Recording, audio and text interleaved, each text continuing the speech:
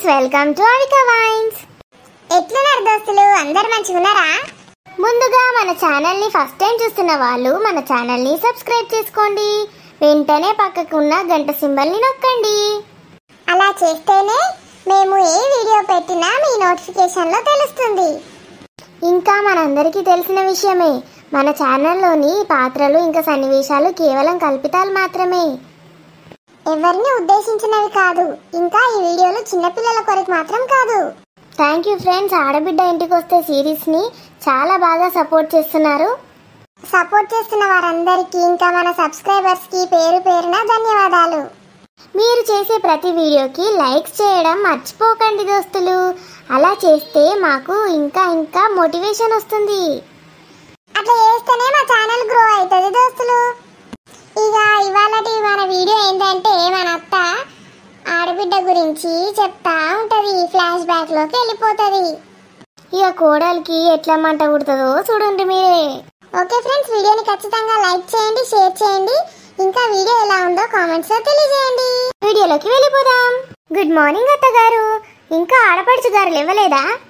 ఏడలేసుడు అవుతుంది. నేనే లేవసాత కాకుండా మెల్లగా ఎట్లనో లేచిన. పాపం అది ఎట్లా లేస్తుంది, అది అసలే సెన్సిటివ్. అయ్యో, ఏమైందత్త? ఏం రోగం పుట్టిందా మీకు? ఏమైందంటావేంటి? నిన్న గంటసేపు గన్ని గంటలు కూర్చొని గారెలు చేతిమి. ఏం నుంచి సాధన అవుతుంది చెప్పు? మీ మొఖాలు మండ. గారెలు చేసింది నేనైతే మీకెందుకే శాత కాదు? పందులు కూర్చున్నట్టు కూర్చున్నారు. ఎట్లా చేస్తానో చూసి కష్టపడ్డారేమో.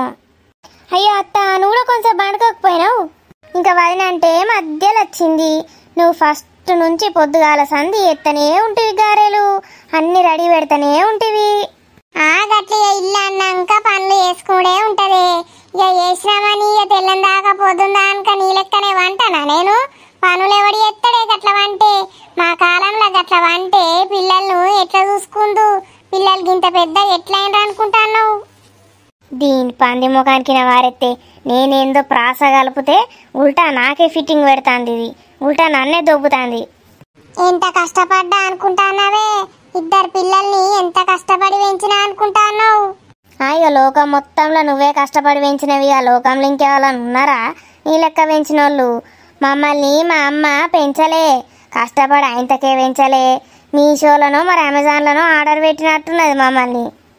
ఈ కాలం లెక్క నీ లెక్క ఉంటే ఇక కథమే. ఇక నేను గింత ఇల్లు కట్టినట్టే ఉన్నది. ఇక గింత పెద్ద ఇల్లు కడితే గన్ని పొలాలు కొంటి.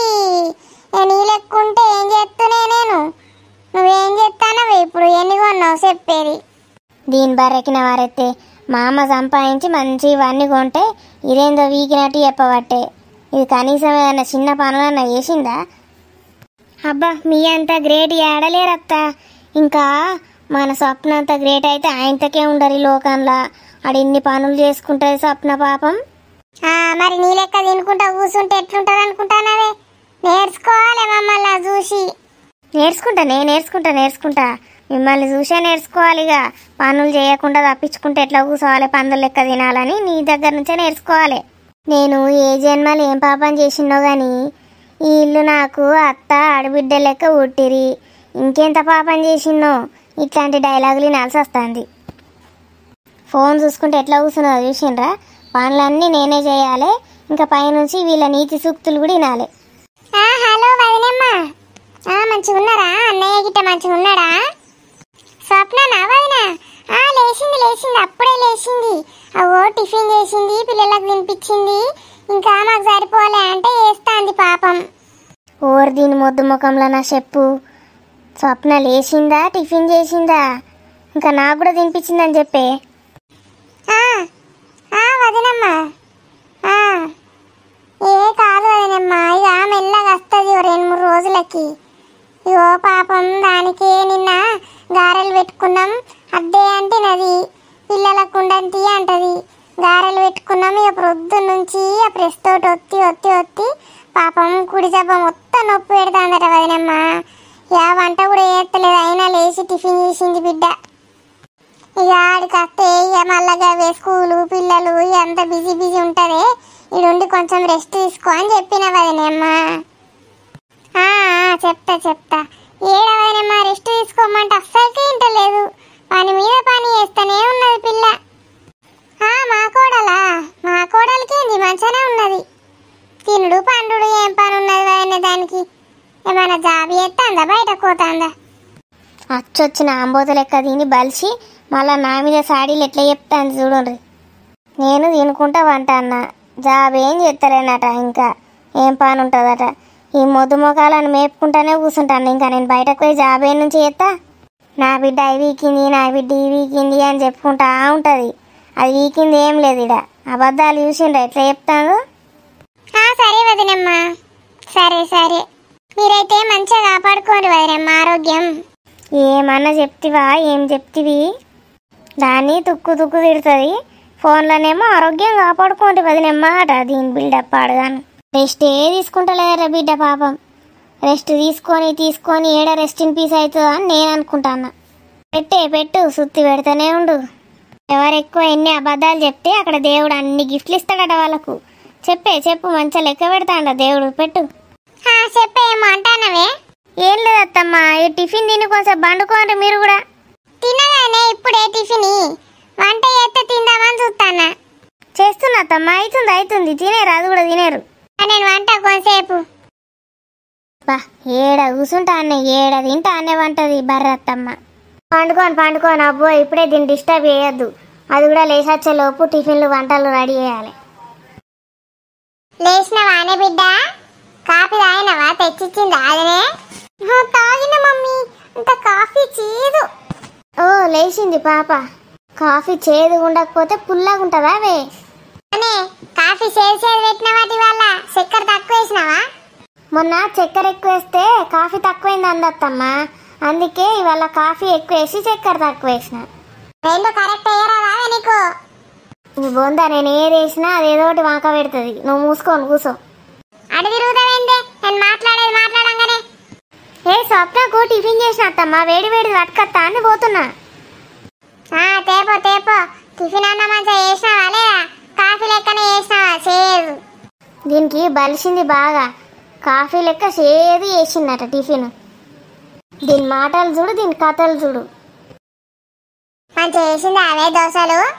నూరుకరమ్మన్నా చట్నీ, కొబ్బరి చట్నీ మంచిగా చేసింది. కానీ రోజు దోశలేంది? రోజు దోశలు ఏడబెట్టింది బిడ్డ. నిన్న పొంగడాలు చేసింది కదా, మొన్న తప్ప చేసింది. కానీ రోజు అదే టేస్ట్ వస్తుంది నాకు. పిచ్చి ముసలి, ఒకటే దోశ పిండి పెద్ద గంజు నిండా పట్టిన. ఒకరోజు తప్ప వేసి ఇచ్చిన, ఒకరోజు దోశ వేసి ఇచ్చిన, ఒకరోజు పొంగడాలు చేసి ఇచ్చిన. దీనికి అదే టేస్ట్ వస్తుందట. ఎట్లా కనిపెట్టింది చూసిండ్రా? మా ముసలి దానికి ఎప్పుడు అదే వేసి పెడతాక అమ్మ తింటుంది. ఇంకా దానికి దోశలలో వెరైటీలు చేసినా గుర్తుపట్టది. ఓ రోజు ఉల్లి దోశ, ఓ రోజు బల్లి దోశ వేసినా గుర్తుపట్టది. రోజు ఒకటే టేస్ట్ వస్తానే అట. ఏందే టిఫిన్? ఒకటే ఇంట్లో ఒకటే వదిన చేస్తే ఒకటే టేస్ట్ వస్తుంది అత్త. ఒకరోజు నువ్వు చెయ్యు, టేస్ట్ చేంజ్ అవుతుంది. గట్లా అంటది కానీ దానికి ఇంత కౌసు ఉండనే. కౌసు లేకపోతే గట్లా అంటది. ప్రొద్దున్నే టిఫిన్లో కౌసు ఏం పెడతావు అత్త? షాపుడన్నది ఇయ్యన్న షాపులు. అదే రెండు కోడిగుడ్లు ఉడకబెట్టు దానికి. బలానికి బలం, టేస్టుకు టేస్ట్, కౌసు వాసనకు తింటది. సరే అత్త. అబ్బో దీనికి కూడా ఐడియాలు బాగానే ఉన్నాయి రో. అట్లే నాకు కూడా రెండు ఉడకబెట్టే అనుకున్నా. ఒక్కనే తినమన్నప్పుడే అర్థమైంది ఇది ఎట్లుంటుంది తినకుండా అని. రాని టిఫిన్ చేసావా? పెట్టు త్వర పెట్టు, నాకు టైం అవుతుంది, నేను పోవాలి మళ్ళా. ఈ ముసలోడు ఒకడు టైం అంతా అయిపోయినాక, తినుడు అంతా అయిపోయినాక ఉరికత్తాడు. పెట్టు టిఫిన్ పెట్టి నేను పోవాలి, టైం అవుతుంది అంటాడు. ఇప్పటిదాకా ఏడు చచ్చిండో ఏమో ఇడు. ప్రొద్దున లేవగానే మాయమవుతాడు. ఎటు పోయిండో ఏమో. ఇంకేమైనా సెకండ్ సెటప్ ఉన్నది కావచ్చు. ఇప్పుడు వస్తాడు మళ్ళా. ఇడున్న సంగతే మర్చిపోతా నేను. తినడానికి మాత్రం వస్తాడండోయ్. చేశాను మామయ్య, ఒక 5 minutes ఆగండి, ఇప్పుడే వేడి చేసుకొని తీసుకొస్తా. నాకు టైం లేదు, అసలు పోవాలి మళ్ళా. ఇంకేం చేయాలి ఇప్పుడు నేను? ఇంతంత పిండి మిగిలితే పారబోద్దామని పెట్టినా. ఆ పాసిపోయిన పిండిని ఉల్లిగడ్డ మిరపకాయలు వేసి నూనె పోసి కాల్చుకొని వద్దాం. ఆ పాసిపోయిన పిండి వాసన చూసినా ఈ తల్లి బిడ్డలు మామకి ఎంత స్పెషల్ చేసి ఇస్తుంది, నాకు వేరేది పెట్టింది, నాకు ఇది కూడా వేసి అని అంటారు పిచ్చ మొఖాలు. అయ్యో పైన వండుకుంటేమో అత్తమ్మా, మంచం చెయ్యకపోదునా నేను? కింద ఊసో వస్తుందా మీకు? ఏందే నేను దొడ్డున్నా అని గట్లా అనుకుంటాను కదా నువ్వు? నేను ఆ కాలంలో ఎట్లున్నా అనుకున్నావు? ఎట్లున్నావో నాకేం తెలిసే. ఇప్పుడు డబుల్ సైజ్ అంటే అప్పుడు ట్రిపుల్ సైజ్ ఏమో. ఏందే ఏమో అంటావు ఊకే గుసగుసా గుయ్య గుయ్య. ఏ గదే ఆలోచిస్తున్నా అత్తమ్మా. ఇగో వదిలే సూపర్ ఉంటుంది కదా, ఆ కాలంలో మీరు వదిలే లెక్కనే ఉంటుంటారు కావచ్చు, హీరోయిన్ లెక్క. అబ్బా నీకు తెలివి ఉండదు కానీ గివిట్ల మాత్రం మస్తు తెలివి ఉంటది. కరెక్ట్ చెప్తావే నువ్వు. నేను ఆ కాలంలో సేమ్ వదిన లెక్కనే హీరోయిన్ లెక్కనే ఉండునే. నన్ను బుట్ట బొమ్మ అని పిలుతురు అందరూ. బుట్ట బొమ్మనా తట్ట బొమ్మనా? మంచి ఇన్నవా అని అత్త. ఓ వావ్ మమ్మీ, బుట్ట బొమ్మ బుట్ట బొమ్మ నువ్వు నన్ను కంటివే. బుట్ట బొమ్మ బుట్ట బొమ్మ ఈ దిష్టి బొమ్మను కన్నది. మమ్మీ నన్ను కూడా అందరూ ఐశ్వర్యరాయ్ వచ్చింది అనేవాళ్ళే. నాకు తెలియదా అనే నీకెంత ఫాలోయింగ్ ఉంటుందో నాకెంత ఫాలోయింగ్ ఉండేనో ఆ కాలంలో. ఇంకా ఎన్నేళ్ళు ఆ కాలంలోనే వస్తారే, ఈ కాలంలోకి రండి. మమ్మీ టీచర్స్ కూడా అసలు క్లాస్ చెప్పకుండా నన్నే చూసేటోళ్ళే. నేను నిన్ను చిన్నప్పుడు తీసుకపోంగా స్కూల్కి, అందరు నిన్నే చూద్దరే చిన్న చిన్న పిల్లల కానుంచి. అవును మమ్మీ నాకు గుర్తుంది, రోడ్డు మీద ఎంత మంది ఉన్నా మన ఇద్దరే చూసేవాళ్ళు.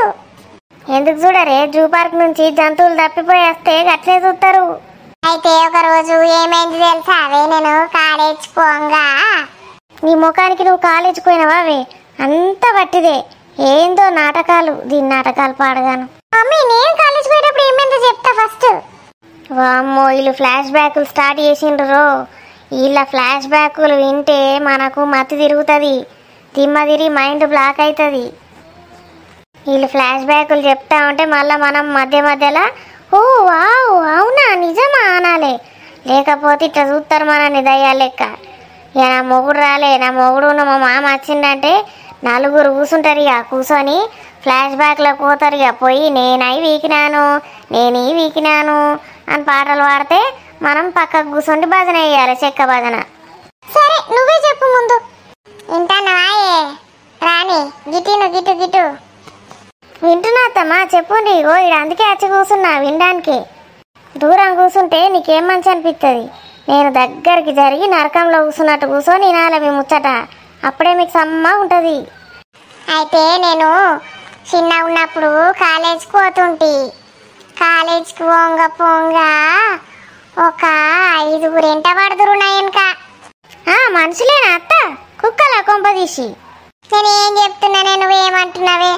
కాదత్తమ్మా, ఇవాళ రేపు బాగా వస్తున్నాయి కదా న్యూస్లు, కుక్కలు బాగా ఎంట పడుతున్నాయని. అప్పుడు కూడా కుక్కలు ఉండేనా మీ కాలంలో? ఇగో ఇప్పుడు కుక్కల గురించి కాదు టాపిక్. నేను ఎంత అందంగా ఉందునో నా అందం గురించి చెప్తానా. నీకు మెదడు ఉంటేనేమో కుక్కల టాపిక్ ఇయ్యవు. అయ్యో ఏముందత్తమ్మా, అందానికి మనుషులేం కర్మ, కుక్కలు కూడా ఉరికొస్తాయట తెలుసా. వాటికి బాగా విశ్వాసం ఉంటుందంటే ఏమనుకుంటున్నారు, మనకు అన్ని తెలిస్తే ఎవరు అందంగా ఉన్నారు ఎవరు లేరని. మొన్ననే న్యూస్లో వచ్చింది స్వప్న, నువ్వు చూడలే, చదవలేవా? అవును మమ్మీ అవును, నేను కూడా చదివినా, ఏదో రీసెర్చ్లో వచ్చిందట. దీని పిచ్చి ముఖంలో చెప్పు, న్యూస్ చదవలేదా నేను చదివినా అంటే కథం నేను చదివినా అంటది పిచ్చి ముఖంది. అంటే కుక్కలు కూడా ఎంట పడ్డాయే, నేను చెప్పేది వీళ్ళది వేరే బాయ్ ఫ్రెండ్లది. వాయమ్మో బాయ్ ఫ్రెండ్లట, దీనికి ఈ పదం కూడా తెలుసా? తెలుస్తుందిలే, సినిమాలు చూస్తుంది కదా బాగానే. అయ్యో మీరందరూ మా అత్త కాలేజ్కి పోయిందంటే ఎంత చదువుకుందో అనుకునేరు.